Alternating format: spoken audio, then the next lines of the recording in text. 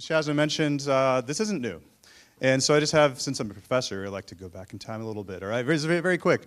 You know, you look at, I kind of see this as being what we're looking at right now, this experiential media form. This is potentially a chapter 3. Chapter 1 was basically about broadcast. So everything from the Gutenberg press to the first TV broadcasts, it took hundreds of years for that change to happen. And then you had a few decades, which was interactivity, right? So everything from, the internet to then moving into our pockets. And you're looking at, 88 to 99, and that was kind of the next kind of big phase. Now, I think that we may be entering a new chapter. And I don't say that lightly because some of you may have seen me talk at another ISOJ back in, I think, 2007 was it? Talking about social media, the last time I was up here. And that was definitely something that was, was and is important, but I kind of see that still being part of this chapter too, because VR is really very, very different. You can jump inside stories. That is like amazing. And for those of you who've tried it, it really is something very fundamentally different to be able to do that, to go inside the story and feel like you were there. To be able to interact with parts of a story. We don't really do that other than maybe with the Russian Mario game as Putin, right? That's some interactivity. But it's possible to set up scenes that are recreated where you can go through and you can interact with objects and scenes and potentially change what happens, right? That's kind of a new thing for journalism, not new for the gaming industry. And then transporting people's consciousness. Talk about Star Trek. Like this is really powerful stuff. So what are the different flavors of VR in a VR ice cream store? There's really 4 of them right now. You've got the BYO phone, or it's sometimes referred to as casual VR, which is sort of a controversial term. We may get into that in the panel a little bit. The terminology, nobody has really settled on, which is fine. We should not be optimizing at this point. And that's really what Google Cardboard has done, and others too. It's really focused on 360 video. New York Times is all about that right now. 2 is kind of like number 1, having a phone with a dedicated headset in it. So up until actually relatively recently, you could get a new Samsung phone and they just give you the VR headset along with it. I think now you pay like $100 for that. But I think we're kind of at an inflection point where we might start seeing phones it's like if you don't have a phone with a headset, like what is that, right? It's kind of interesting. And these you can do some CGI, so computer generated environment type work in here, but it's still primarily 360. And those 2 are really, it's funny, I was looking for images of what those experiences are like. It's like having a fishbowl around your head, and remember Counting Crows, right?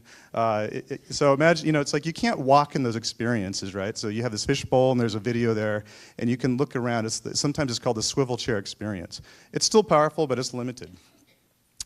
Which then gets into flavor number 3, which is sit-down VR with a gamepad. So then you have you're bringing in the ability to move around the scene, but you're not physically moving through it, and that's the Oculus primarily. Then you have number 4, so immersive walk-around VR. So a few of you tried this. Raise your hands if you tried this yesterday, or if you've tried the HTC Vive. I think we'll all agree that's really the most immersive form because you have these positional sensors that can tell exactly where you're in a room. You can see a representation of your hands. You can get down on the floor. This is a lot of the stuff that Nani de la Peña really spearheaded, and now HTC is kind of behind us in a more official way. So there are a lot of different experiments going on, but I always like to think back to, well, is this still hype? Does anyone remember this when CNN announced it's like, ooh, now we're going to have a visit from a hologram, and it's going to be like the Princess Leia news reporter right in front of us, and then quickly afterwards people said this is not really holograms and it's kind of hokey, right? Is that we're going to have our Princess Leia hologram moment from CNN, and which gets to hype. So some of you have seen this, the Gartner's hype cycle. You kind of have this trigger, something is introduced, and you have this peak of inflated expectations, the trough of disillusionment, and then the plateau of productivity. So this is kind of where I see things are at. I think that trigger was a long time ago in 1838 when the very first stereoscopic image was produced. It's actually up in upstate New York of Niagara Falls, near where I work now.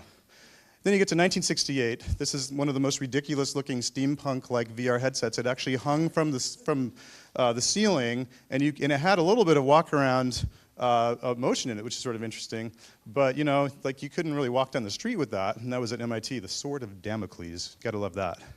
1995, then we have the Nintendo Virtual Boy. Did anybody here try that? Okay, did you barf? Raise your hand, keep your hand up if you barfed or almost barfed. Like, it would make you so sick, right? And it would just pour, like you could play Mario Tennis.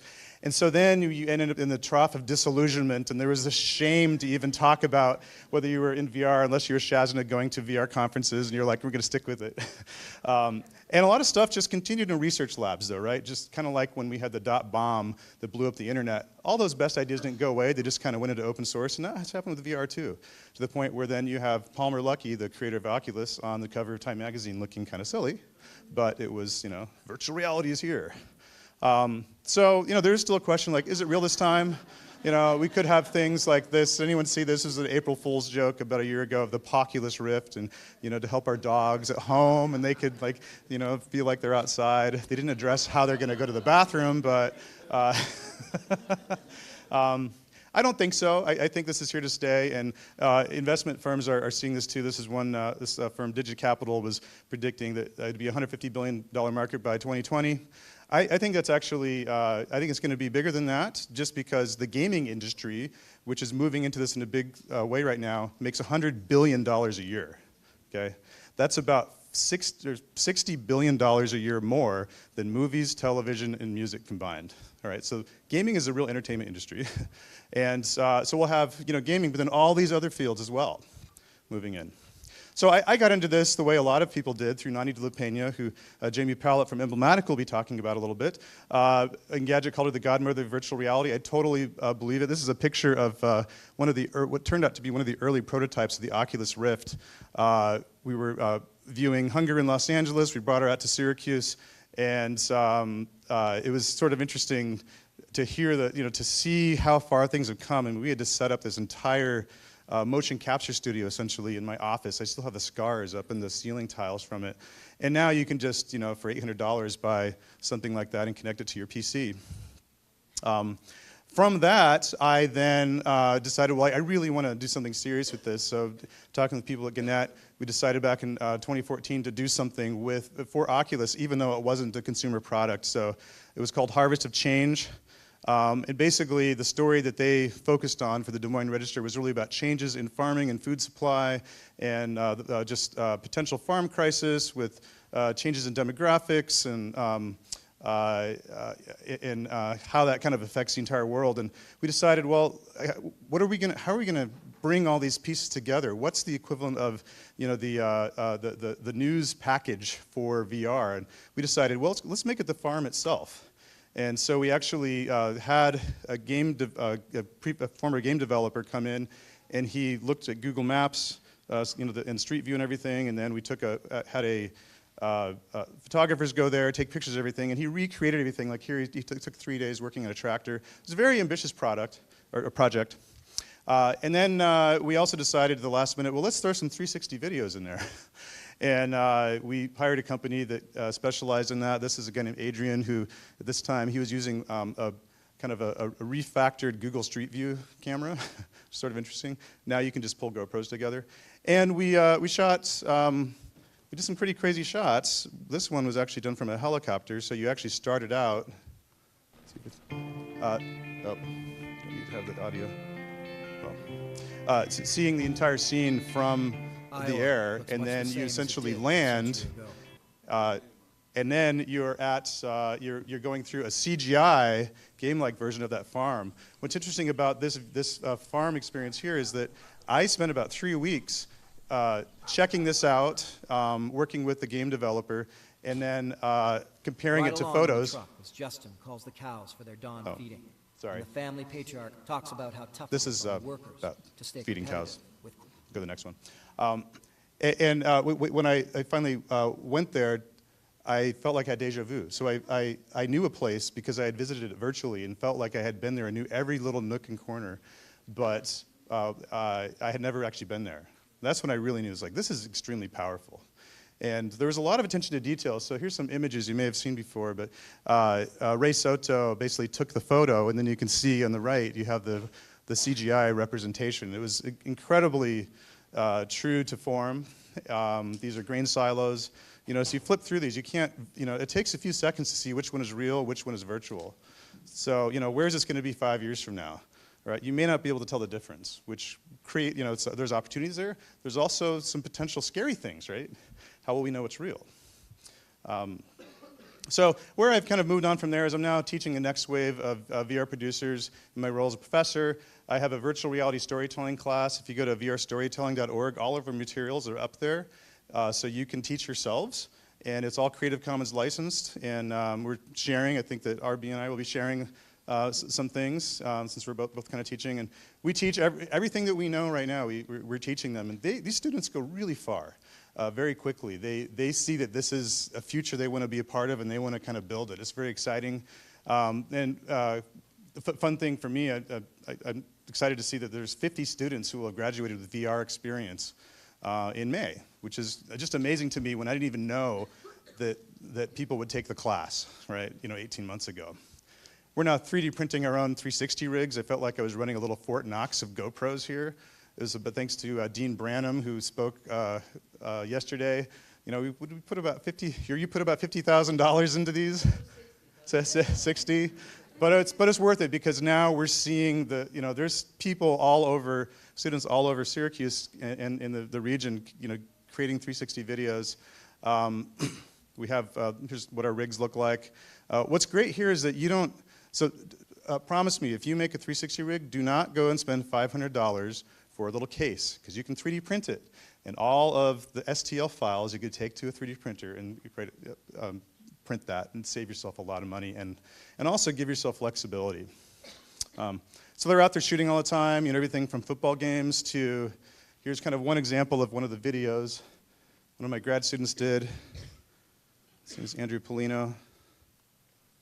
This is gonna play. Oh. Sorry about that. To make like $25 a day. Yeah. Sometimes it works out, I make $50 or better, but it's just the way it goes. So this is called Breaking Barriers. Just to make $1 and, sometimes. He spent an entire day with the dude who was asking for money on the street corner. I really try to work every day. That's one of my to help people understand things. that these are not unemployed people, they're underemployed people. And you feel like you're there, like I feel like I've basically been homeless asking for money. And we also have advertising students doing interesting things. This was a student named Josh Dager who had the idea of using VR experience to promote a band and their new LP. And he recreated all of the members of the band in something called Infuse, uploaded them, animated them using Mixamo, and then even animated the lips of the avatars as they were talking and singing and stuff based on real audio. So the storytelling aspects here go far beyond just journalistic. This can move into also branded content, which of course the New York Times is also doing. I think it's great that they're using VR for advertising as well. So where does this go in the future? So some of you may have tried this, the HoloLens. We actually have one now with Newhouse, and I know there's some other schools that are getting this, and it's pretty amazing. If you haven't tried it afterwards, come down. I actually made a special AR installation right here of ISOJ. It's actually floating above me. You put this headset on, and you then see 3D stuff in your world. So it's kind of like the inverse of virtual reality. So I'll just kind of quickly demonstrate it for those who are interested. I mean, when I put this on, what I see is there's a shark hanging over all of you. There's the words ISOJ here with a floating planet, and there we go. Now I see it, and it's completely hands-free. So you select things like this, and then you move them around, and it's really immersive. So immersive media goes beyond just checking out and going somewhere else. You can also take other 3D stuff and put them into your environment. So I think what this says is that we all may be living in a world like this very soon. What Kara Swisher was saying earlier about how this stuff is not going away and it's going to be ubiquitous. You're going to see people doing things like this with their their personal dashboards. So it's an exciting time, I think, to be experimenting with this, and I'm going to pass it on to the next speaker now.